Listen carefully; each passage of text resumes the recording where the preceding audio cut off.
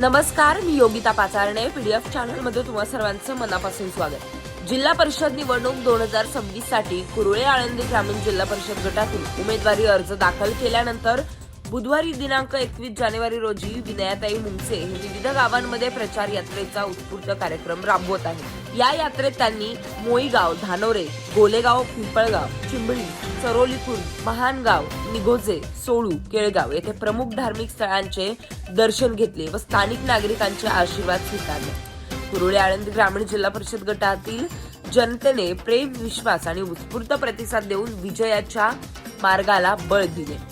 ग्रामस्थांच्या समस्यांची आणि विकासाच्या अपेक्षांचे थेट संवाद साधण्याची संधी मिळाली. जनतेच्या पाठिंब्यामुळे सेवाभावी प्रवासाचा निर्धार अधिक दृढ झाला, अशी भावना यावेळी त्यांनी व्यक्त केली. या सर्व कार्यक्रमांमध्ये मी सेडेकरी फाउंडेशनचे अध्यक्ष सुधीरभाऊ मुंगसे यांच्या मार्गदर्शनाखाली विनयाताई मुंगसे यांनी जनतेशी संवाद साधला. संवाद साधत विकासासाठी कटिबद्ध राहण्याचा संकल्प व्यक्त केला.